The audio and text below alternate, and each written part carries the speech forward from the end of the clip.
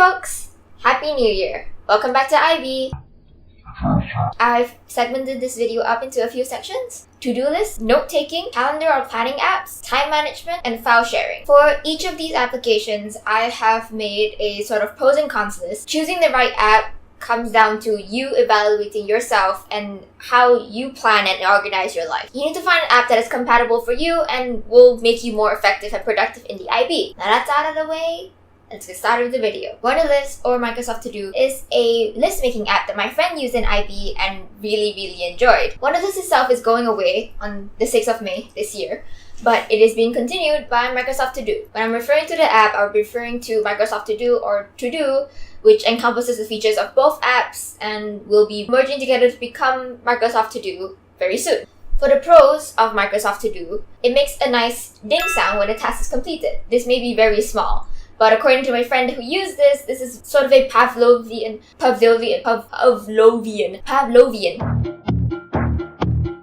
It's also a simple, easy-to-use to-do list with the ability to create many lists and group them into files. It has an interface across many platforms, including the iOS App Store, the Microsoft Store, Google Play Store, and the Mac App Store, and on the internet. Every item that is logged in has a name, a due date, reminders, subtasks, file attachment, and notes. It is very detailed and efficient for organizing your to-dos. It also has a very useful tagging feature for searching up all your to-dos. Other than that, you can create collaborative task lists which you can share to many people. This could be very useful for group tasks, keep people accountable. There are also different sections in Microsoft To Do that can help you organize things that are supposed to be completed that day or planned to be completed that day. Microsoft To Do is completely free if you use your Microsoft personal account. And here are the cons for the Microsoft To Do app.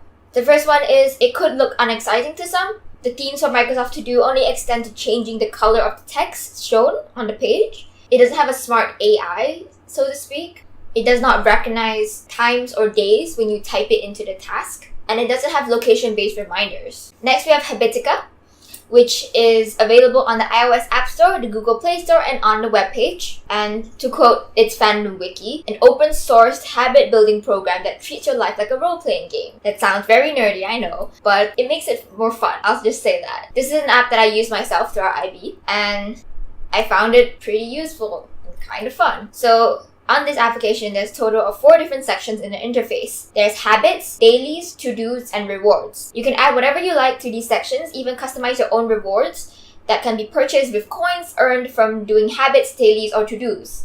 To speak of the pros and cons, we'll start with the pros. I feel like it's an advantage that things can be customized to your liking, like the reward system, like the habit tracking system. You can add subtasks to your larger to-dos, which is a very important part in many aspects of IB work. The full experience isn't really blocked by a paywall.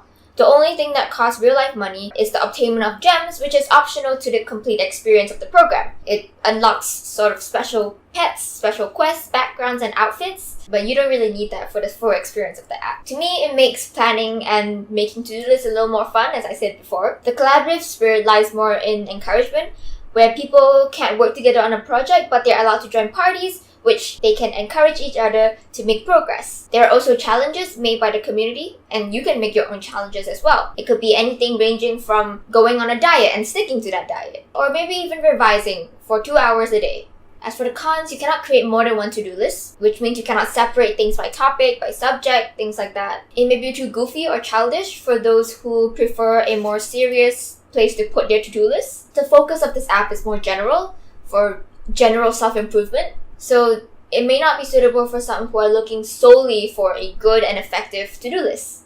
The tagging and search feature is a little wonky, I feel. Tags must be created before they are attached to any task, and the search feature isn't smart. You have to get the exact word that you use in order to find the task that you're looking for. Another app that belongs under to-do list is Todoist. Todoist to-do list. It's available on the Microsoft Store, the iOS App Store, the Mac App Store, the Google Play Store, and as a website. It's a freemium to-do list app that boasts quite a comprehensive list to keep track of tasks. For the pros, it can sync across many platforms, keeping a task at your fingertips at all times.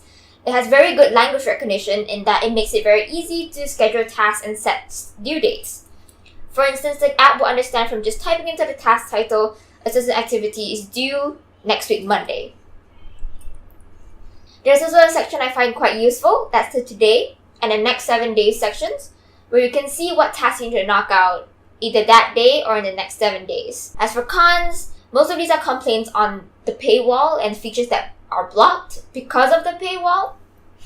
Tasks disappear once you've completed them in the free version. Labels also aren't available in the free version. Users aren't given reminders, whether they are timed or location-based.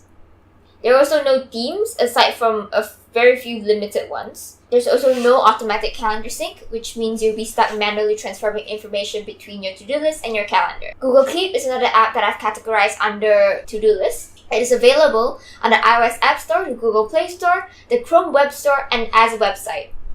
It works sort of like Post-it notes, where you can create to-do lists, voice notes, keep pictures, and random notes. For the pros, you can share notes and lists with others. It has a good sorting and organization system. It also allows for time reminders and location reminders. As for the cons, in my own personal experience, it is not as flexible or as customizable as I would have preferred. It can also be used to take notes, as it does quite a good job at allowing users to separate and organize their notes. But do keep in mind that there are features that may be useful for taking notes that are not available in this app. All in all, I feel like this works well in a pinch where you need to write something down before you forget it, or you need something to write on while you think of ideas really quickly. So that's all the to-do list that I have for you today. I'm sorry I have to break this up into more than one video. I ended up with an hour and 20 minutes of footage. I hope this is helpful. Thanks for watching. I'll catch you next time.